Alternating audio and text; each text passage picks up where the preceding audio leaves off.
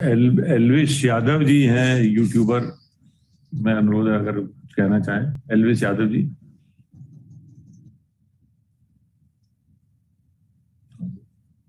प्रणाम योगी जी। मेरा प्रश्न आपसे ये है कि जैसे आपने राम जन्मभूमि का इशू सॉल्व कराया, तो कृष्ण जन्मभूमि का कब तक सॉल्व हो पाएगा?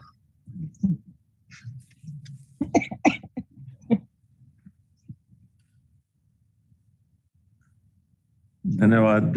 मैं अभी काफी सवाल हो गए। मैं माननीय मुख्यमंत्री से अनुरोध करूंगा कि आप सबको संबोधित करें, फिर उसके पश्चात समय उपलब्ध रहते देखते आगे काम। थैंक यू माननीय मुख्यमंत्री।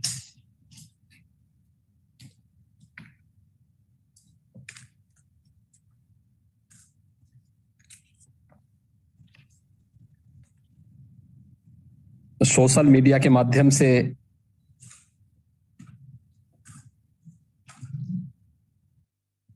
आम जनमानस के बीच में, खासतौर पर युवाओं के बीच में हम लोगों की बात को बहुत मजबूती के साथ रखने वाली जो टीम है, उनमें एलपीएस यादव जी ने जो बात एक कही है श्री राम जन्मभूमि की तर्ज पर अन्य हमारे मानबिंदुओं के बारे में, हमें धैर्य के साथ देखना चाहिए। जो लोग पहले बोलते थे कि अयोध्या के बारे में प्रश्न खड़ा करते थे, मुझे लगता है आज अयोध्या पे कोई प्रश्न खड़ा नहीं हो सकता है। एक बार काशी विश्वनाथ धाम, ब्रज तीर्थ क्षेत्र का विकास जिस तर्ज पर हो रहा है, इसको होने दीजिए। समस्याओं का समाधान अपने आप होता हुआ दिखाई देगा। आप देखेंगे कि सभी चीजें आगे बढ़ेंगी। मैं आप सब जो सोशल मीडिया प्लेटफॉर्म पर हमें प्रत्यक्ष और अप्रत्यक्ष रूप से सपोर्ट करते हैं, आप सबका अभिनंदन करता हूं, आपको धन्यवाद देता हूं और आप सबसे अपील करता हूं कि आप लोग हमारी सरकार के एक प्रकार के अदृश्य सुरक्षा कवच हैं सोशल मीडिया प्लेटफॉर्म के माध्यम से। क्योंकि जो बाहरी आक्रमण होते हैं, ये लोग जब हर फील्ड से हमें फेस नहीं कर पा रहे हैं, तो ये लोग झूठ, एक ना एक झूठ रोज फैलाने का प्रयास करते हैं। और उस झूठ का सामना बहुत बार होता है कि हमारे प्लेटफॉर्म से देर होती है या हमारे स्तर पर उसकी प्रतिक्रिया व्यक्त करने में लेट होती है। समय पे शासन के जिम्मेदार अधिकारियों से जानकारी लेकर के अगर उसका सामना करने के लिए आप लोग सभी लोग अपना योगदान देंगे, तो मैं विश्वास के साथ आपको इस बारे में आश्वस्त करता हूं कि उत्तर प्रदेश के बारे में जो आप सबकी अपेक्षा है, उत्तर प्रदेश से जो आप सबकी आकांक्षा है, उसके अनुरूप उत्तर प्रदेश परिणाम देगा। कोई संदेह इसमें नहीं होना चाहिए। मैं आप सबको मैंने कहा देखो कुछ नहीं जाना, आपको केवल वहां जाना है। न्यायालय के सामने बड़ी शालीनता के साथ इस बात को कहना है कि न्यायालय जो भी फैसला देगा, उत्तर प्रदेश में कानून व्यवस्था की स्थिति में कोई फर्क नहीं पड़ने वाला है।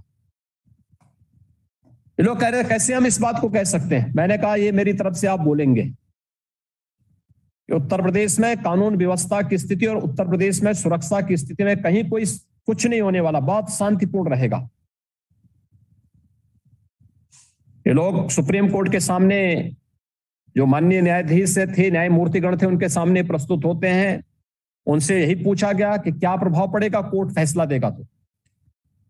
इन्होंने अपनी बात को यही बात कही कि साहब वहां पे बिल्कुल शांति रहेगी, कहीं कोई समस्या नहीं आएगी। इनको इस बात की आशंका थी कि न्यायालय फैसला अभी एक सप्ताह के बाद देगा। ये लोग जैसे सुप्रीम कोर्ट के बाहर निकले तो इन्होंने अपने फोन से मुझे अवगत कराया कि सुप्रीम कोर्ट में हमारी पेशी हो चुकी है, चेंबर में हमारी मुलाकात हुई थी और हमें चेंबर में ही कॉल किया गया था। अब एक सप्ताह के बाद संभवतः फैसला आ सकता है। मैंने कहा देखो आप तुरंत लखनऊ वापस आइए, कल फैसला आ सकता है।